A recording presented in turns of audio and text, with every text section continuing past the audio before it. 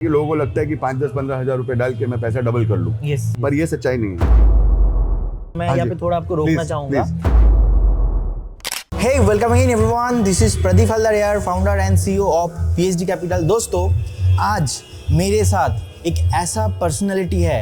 ये दोस्तों, आज मेरे साथ एक ऐसा पर्सनालिटी है जो जिनके इंट्रोडक्शन का तो कोई ज़रूरत नहीं है, फिर भी मैं आपको इंट्रोडक्शन दूंगा। आज मेरे साथ है PL प्रभुदास लीलाधर के जो CEO है, executive CEO mister Sandeep sir. Welcome to Sandeep sir. Thank you so much for calling मी।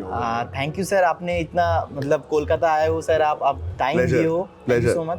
जो प्रभुदास लीलाधर कंपनी है बेसिकली 1944 में एस्टैब्लिश्ड हुआ था। मिस्टर प्रभुदास लीलाधर शेठ जी ने रजिस्टर किया था। We are almost 79 now. Yes, almost 8 decade हो रहा है ऑलमोस्ट। बिल्कुल। So 8 decade means बहुत टाइम है।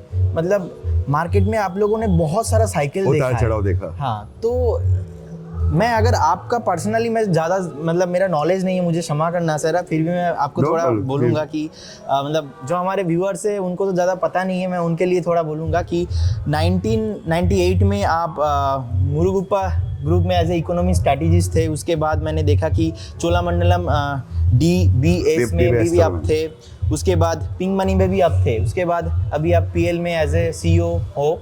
सो आपका इतना साल का एक्सपीरियंस, मतलब जब आपने करियर अपना शुरू किया था तब मैं नहीं हुआ था टेक्निकली, मतलब सर जब आपने करियर शुरू कर दिए थे तब मैं इस दुनिया में ही नहीं आया था, तो सर का एक्सपीरियंस इतना है। So sir, my question to you ये कि आपने कैसे ये जो जर्नी है, मतलब आपका जो बचपन, ये कैसे शुरू हुआ था? नहीं सी, देखिए बचपन में I come from a middle class family. मेरे फादर इंग्लिश प्रोफेसर थे, तो घर में पढ़ाई का माहौल हमेशा रहता था और हम दिल्ली यूनिवर्सिटी के एरिया में रहते थे, तो बचपन से आई थिंक पढ़ाई का शौक था, लिटरेचर पढ़ने का शौक था, हिस्ट्री पढ़ने का शौक था।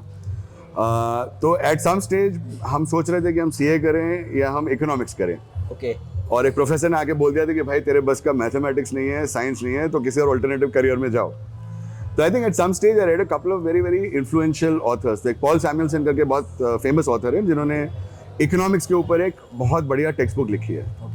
वो पढ़ के मैंने सोचा कि मेरे को फाइनेंशियल सर्विसेज बाजू का झुकाव लेना चाहिए। And I think I just walked into one of the broker offices in Delhi and I said मेरे को जॉब चाहिए, मेरे को इकोनॉमिक्स आता है। And it's from that moment on that मेरा फाइनेंशियल सर्विसेज के बाजू झुकाव बढ़ा। I got introduced to stock markets in Delhi. Okay. And at that moment, the Murugappa group sort of wanted me as an economist. I joined them. So I think वहाँ से journey DBS Cholamandalam वगैरह सारा financial markets में रहा. Okay. And luckily for me, 2003 जब मेरा career almost चालू हो रहा था, उसी दौरान इंडिया में stock markets ने भी तेजी पकड़ी. Yes. तो एक बार आपने वो तेजी देख ली और एक बार आपने वो एक्साइटमेंट देख ली और इंडिया को डेवलप होते हुए अपनी आंखों के सामने देखा, तो उसको छोड़ना बहुत मुश्किल है। So it's now become part of my DNA. Okay, thank you sir. Sir, PL में प्रभुदास लीलाधर में आपका जर्नी कैसे स्टार्ट हुआ? Okay, so PL में I had met our current chairman Amisha over an interview in 2012 और उस टाइम PL थोड़ा transition mode में था। ओके। हम लोग रिटेल दूसरी तरह से करना चाहते थे और बहुत सारी अपॉर्चुनिटी अमीशा को देख रही थी, तो उन्होंने हमें बुलाया और हमारी मुलाकात हुई। और PL पूरी दुनिया जानती है, it's one of the most respected organisation, right? Regulators हों, कस्टमर्स हों, काफ़ी हद के बाहर इज्जत है हमारी। So it was my privilege that Amisha sort of invited me over and once I had taken over, उसके बाद जैसे जैसे मार्केट बढ़ा, जैसे जैसे हमारे थॉट प्रोसेस और पिछले 8-10 साल में मार्केट से भी काफ़ी हद में ट्रांजिशन किया है। So Amisha is a person who is always foresighted. तो उन्होंने 5-10 साल पहले देखा था कि इंडस्ट्री इस बाजू इवॉल्व हो रही है और इसीलिए हमारा एज एन ऑर्गेनाइजेशन भी उस तरह का एवोल्यूशन होना चाहिए। ओके। तो उस टाइम शायद हमारा इंस्टीट्यूशनल बिजनेस बहुत डोमिनेंट था, लेकिन आज हमारी बात होती है तो आज हम कम से कम 4-5 बिजनेस लाइंस में काफ़ी फेमस हैं। ओके। अपनी एथिक्स के लिए भी और अपनी परफॉर्मेंस के लिए भी। that तो is आज हमारा नेशनल नेटवर्क है, we are present across almost 2000 offices across India. Okay. 500 के ऊपर हमारे पास एम्प्लॉइज हैं। Okay. And growing from strength to strength. Wonderful sir. Sir, एक चीज़ मैंने देखा, जो डिस्काउंट ब्रोकर मॉडल है एंड जो फुल हाउस ब्रोकर, बहुत सारे आजकल ऐसे ब्रोकर है जो पैसा चार्ज नहीं करता है अकाउंट ओपनिंग का, लेकिन Correct. PL में चार्ज होता है। करेक्ट। कि आपको 350 देना पड़ता है एक है और 1550 ऐसा कुछ चार्ज होता है। Correct. सो एक कोई अगर मैं ऐसा ब्रोकर में चला जाऊँ जहाँ पे फ्री मेरे को बोल रहा है भाई आ जाओ, Correct. और अलग एक ब्रोकर है जहाँ पे मेरे को पैसा देना पड़ रहा है। Correct. आपका क्या ओपिनियन है इस मतलब चार्ज को लेकर? जैसे हर कस्टमर के पास हर तरह का मार्केट में इन्वेस्टर है, right? There are people who are extremely good at picking stocks. Okay. तो वो लोग बोलते हैं कि मेरे को सिर्फ आप एक एक्सिक्यूशन प्लेटफॉर्म दीजिए यस जो मेरे को लोएस्ट खर्चा देगा। Yes you know it like going to a chemist. अगर आपको मालूम है कि आपको क्या बीमारी है तो आप केमिस्ट के पास जाएंगे, आप डॉक्टर की 750 की फीस नहीं देंगे। यस आप हमारे पास क्यों आएंगे? हमारे पास आप इसलिए आएंगे क्योंकि आपको एडवाइस चाहिए, यस आपको अपनी अगली जनरेशन तक पैसा लगाना है, आपको वेल्थ बनानी है, आपको इन्फ्लेशन को बीट करना है, अपने बच्चों के लिए कुछ छोड़ के जाना है। उस कारण से अगर आप किसी को ढूंढ रहे हैं तो आपको हमारे पास आना चाहिए। मैंने मार्केट में बहुत सारे कंपनीज देखा, ब्रोकर देखा, तो बहुत सारे लोग पीएल को स्टॉक पिकिंग कंपनी भी बोल के जानते हैं, because stock picking is very strong. मैं आपको ये बताना चाहूँगा, मतलब मैंने इतना देखा है, बहुत सारे ब्रोकर है, लेकिन प्रभुदास लेदर का जो रिसर्च है ना, इतना तगड़ा रिसर्च है, मतलब बहुत ही बढ़िया है। सो ये जो रिसर्च डिक्स है, मतलब चाहे तूफान भी आ जाए, रिसर्च आना नहीं भूलता है मेल में। तो ये रिसर्च डिक्स है, इंटरनल जो टीम है, ये आप लोगों ने कैसे बिल्ड किया इतना strong team? No I think पहली चीज हम ये करते हैं कि रिसर्च में आदमी को पैशन होना चाहिए। तो आपके पास जो एनालिस्ट हैं, यस, उनको कंपनी में क्या चल रहा है, मैनेजमेंट में क्या चल रहा है, मार्केट में क्या उतार चढ़ाव चल रहा है, कौन प्लेयर्स एक्टिव हैं, ये डीप नॉलेज और वो एक्सपीरियंस होना चाहिए। तो एक चीज़ हम क्या करते हैं कि हमारे एनालिस्ट को हम 5-10 साल तक एक मीडियम लेवल रोल पे रखते हैं और सीनियर लोगों को वो लीड देते हैं। ओके।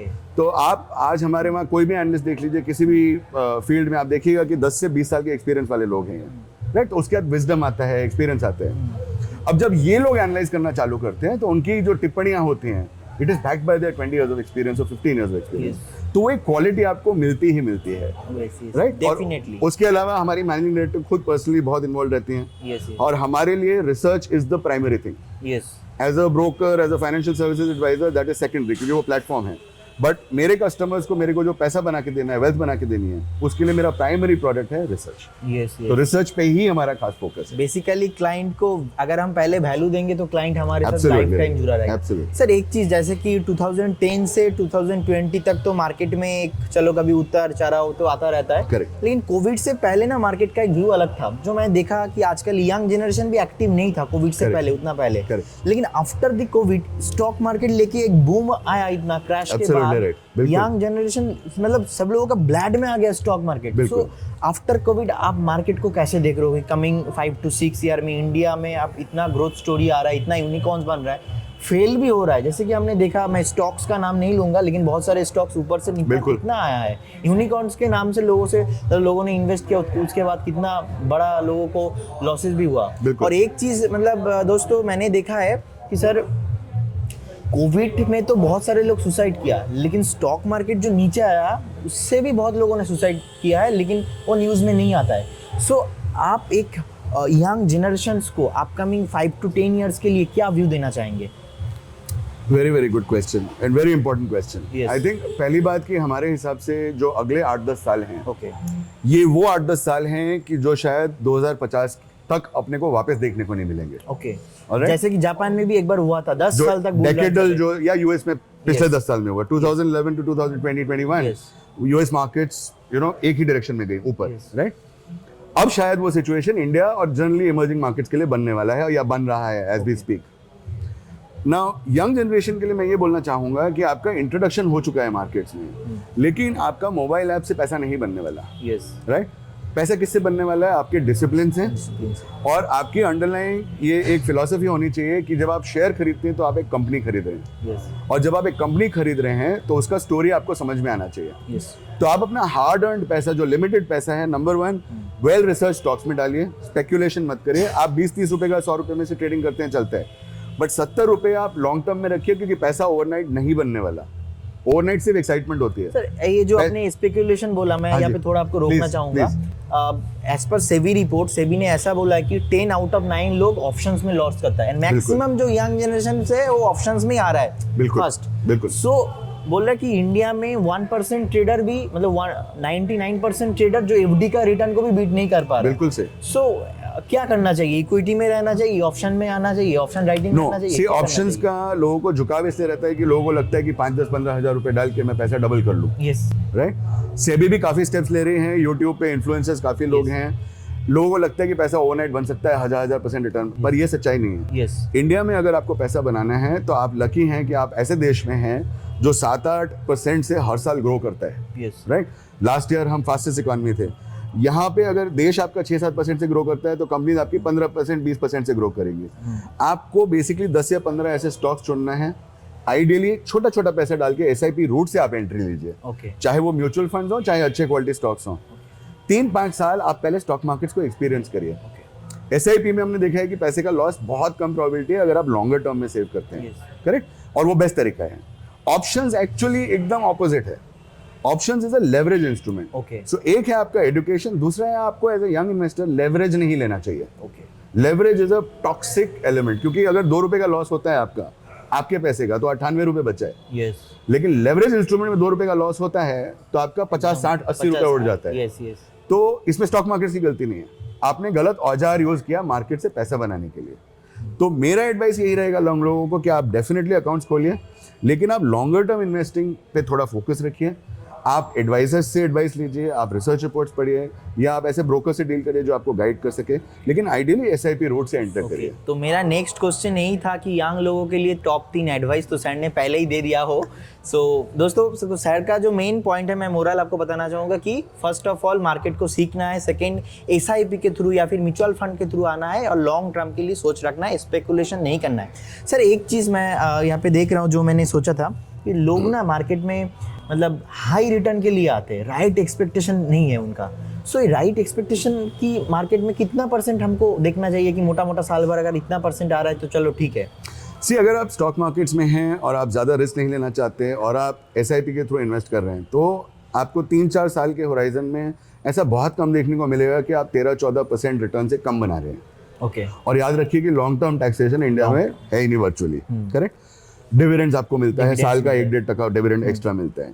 तो आई थिंक 14-15% के ऊपर अगर आप बनाने की कोशिश कर रहे हैं तो उसका मतलब आप जरूरत से ज्यादा रिस्क ले रहे हैं। और यंगर एज ग्रुप जिसके पास 25, 30, 35, 40 साल हैं, राइट, वो पैसा इतना ज्यादा बन सकता है कि लोगों को ध्यान नहीं है। हमने एक फॉर्मूला बताया था पावर ऑफ 15 करके, कि आप 15 साल तक 15,000 रुपए हर महीने रखिए इक्विटीज में, आपका 1 करोड़ बन जाएगा। तो इतने सिंपल फॉर्मूला से डिपेंडिंग ऑन योर बजट आप पहले SIP के थ्रू चालू करिए, क्योंकि अंडरलाइंग मार्केट आपको 12 से 18% देने की कैपेबिलिटी रखता है। लेकिन आपका लॉन्गर टर्म होराइजन होना चाहिए। तो डेफिनेटली दोस्तों 12 to 15 मैक्सिमम 18%, उससे ज़्यादा अगर आपके एक्सपेक्टेशन है, सो कहीं ना कहीं तो आपका दिक्कत है। दुनिया का जो टॉप अच्छा ट्रेडर है वो भी मार्केट से कमाता है 30-32%, बोलते 30% आ गया तो भाई मेरा बहुत बढ़िया आ गया। सो अगर हम इंडिया में हैं, सीख रहे हैं, मार्केट को जान रहे हैं, तो डेफिनेटली हमको थोड़ा ध्यान रखना है। सर एक क्वेश्चन मेरा, मतलब not the list, out of the list, 1944 मतलब अभी इतना साल हो गया और सेबी का इतना रेस्ट्रिक्शंस है। बिल्कुल, मतलब आजकल ना मैं देखता हूँ, देखिए 4 साल 5 साल 10 साल हो रहा है, बहुत सारे ब्रोकर्स भी अभी नया मार्केट पे एंट्री हो रहा है उन लोगों का। सो आपके कंपनी ऑलमोस्ट 8 डिकेड से चल रहा है। बिल्कुल। तो कभी कुछ सेबी का प्रॉब्लम, कंप्लायंस, कुछ भी कंप्लेंट, कोई भी किसी ने मान लो ऐसा सिचुएशन में कभी वो पड़े हो क्या, किसी ने केस कर दिया, किसी ने उल्टा सीधा कुछ बोल दिया, ऐसा कुछ कभी कुछ हुआ है क्या? सी प्रभुदास लीलाधर में कस्टमर, कंप्लायंस और कॉम्पिटेंस, ये 3 चीज़ों पे बहुत फोकस है। हमारा एंटायर नज़रिया ये है कि the customer comes first, okay. दूसरा, रेगुलेटर जो भी कर रहा है वो अल्टीमेटली इस इंडस्ट्री के लिए और कस्टमर के फायदे के लिए कर रहा है। मुश्किलें आती हैं, ओवरनाइट चेंजेस नहीं होते हैं, कई बार टेक्नोलॉजी का चैलेंज होता है, कई बार कॉन्सेप्ट का चैलेंज होता है, लेकिन प्रभुदास लीलाधर ने ये रेगुलेशंस 80 साल से देखे हैं, करेक्ट। तो इसलिए हमारा रिस्पॉन्सिबिलिटी बनता है as a responsible capital market intermediate कि हम उस डायरेक्शन में जाएं जहां पे रेगुलेटर हमें ले जाना चाहता है, while at the same time ensuring कि कस्टमर को हमेशा हम वो वैल्यू दें। अगर ये 2 चीजें मैं ढंग से कर सकता हूँ तो इस इंडस्ट्री में अनलिमिटेड पोटेंशियल। तो दोस्तों आपने सुन लिया है कि सर शुरू से ही बोल रहे हैं कस्टमर के लिए सोचो, कस्टमर को रिसर्च दो, कस्टमर को वैल्यू दो, वैल्यू दो, वैल्यू दो। ये वैल्यू दो, वैल्यू दो, वैल्यू दो, तभी क्लाइंट आता है एंड 70 साल 80 साल से कंपनी बनता है, उसके बाद भी कंपनी में कुछ इशू नहीं होता है। So thank you so much sir for your time. Last एक क्वेश्चन जो मेरा अभी दिमाग में आ रहा है सर, अमीषा मैम के बारे में मैंने भी बहुत रिसर्च किया, देखा, एम्प्लॉय था फर्स्ट अमीषा मैम, उसके बाद एनालिस्ट, अभी एम्प्लॉय से ओनर। तो इसका जर्नी में आप अमीषा मैम के बहुत क्लोज हो जी, तो अगर जस्ट 2 लाइन में कुछ अमीषा मैम के बारे में बोलना चाहेंगे, because she also is a very visionary leader. Amisha के लिए कैपिटल मार्केट्स और Prabhudas Lilladher is a passion. वो कर रही हैं जो उनका, आप जब काम करते हैं और वही आपका पैशन होता है, तो आपके पास 24 घंटे भी बहुत कम है। उनके जैसा हार्ड वर्क, और पैशनेट लीडर इंडिया में बहुत कम है, यस और इस वजह से है कि उनका ग्रोथ अनस्टॉपेबल है। यस और ये रिकग्निशन हम लोगों को सबको मालूम है। उनके साथ हम लोग थक जाते हैं 12 घंटे में, पर वो लेडी को अगर 25 घंटे भी मिलेंगे तो वो करेंगे, क्योंकि उनको इसी बात का पैशन है कि मुझे प्रभुदास लीलाधर को टॉप लीग में पहुंचाना है। यस ओके ओके, बहुत बढ़िया सर। सर प्रभुदास लीलाधर का अभी टोटल मतलब जो टोटल AUM है एंड कितना करोड़ों का AUM है टोटल प्रभुदास? हम लोग अभी 19,000 करोड़ के आसपास हैं एसेट्स में, और हमारे अराउंड 2000 ऑड ब्रांचेस हैं इंडिया में। ओके, और जैसे मैंने शायद बोला भी कि 500 एम्प्लॉइज के ऊपर 500 एम्प्लॉइज के ऊपर 19,000 करोड़ का AUM। बहुत बढ़िया sir, and wish you best of luck for Thank you. you. Thank you so much. Prabhudas Lilladher के और भी आगे जाए। Thank you. And thank you so much sir, आपने टाइम दिया, thank you so much. My pleasure and honour. And मैं मुंबई आऊंगा, and इस वीडियो को अगर अमीषा मैम देखेंगे तो मैं उनको भी हम उनको दिखाएंगे। उनका भी मैं एक इंटरव्यू लेना चाहूंगा। ऑफ कोर्स सर मेरा बुक मैं लॉन्च कर रहा हूँ, एंड बुक लॉन्च करने के दिन जो शार्क टैंक के अमन गुप्ता जी वो आ रहे हैं, and Wow. Robert T Kiyosaki ji वो भी मेरा बुक लॉन्च कर रहे हैं। Excellent. So, आपका भी ब्लेसिंग मुझे डेफिनेटली Of चाहिए। course, all our blessings, and I'll make sure that Amisha also wishes you. Okay. And we get to meet each other. Thank you. All thank the you. best. Thank All you for the your time.